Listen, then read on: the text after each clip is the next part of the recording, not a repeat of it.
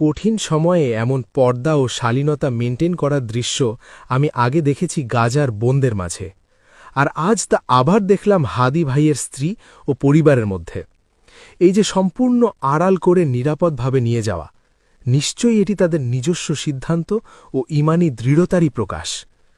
প্রিয়জন হারানোর মতো চরম কষ্টের মুহূর্তেও এমন শক্ত ঈমানের পরিচয় দেওয়া কোনো ছোট বিষয় নয়। এখান থেকে পুরো উম্মার জন্য অনেক বড় শিক্ষা রয়েছে। শহীদ ওসমান হাদির স্ত্রী যখন হাদি ভাইয়ের লাশ দেখতে হাসপাতালে আসেন এবং লাশ দেখে গাড়িতে উঠে ফিরে যাওয়ার সময় তখনও যেন তার কোনো ছবি ক্যামেরায় ধারণ করা না যায়, সেজন্য দুটি চলমান পর্দার মাধ্যমে তাকে সম্পূর্ণ আড়াল করে গাড়ি পর্যন্ত পৌঁছে দেওয়া হয়। এই দৃশ্য সত্যি হৃদয় স্পর্শ করে।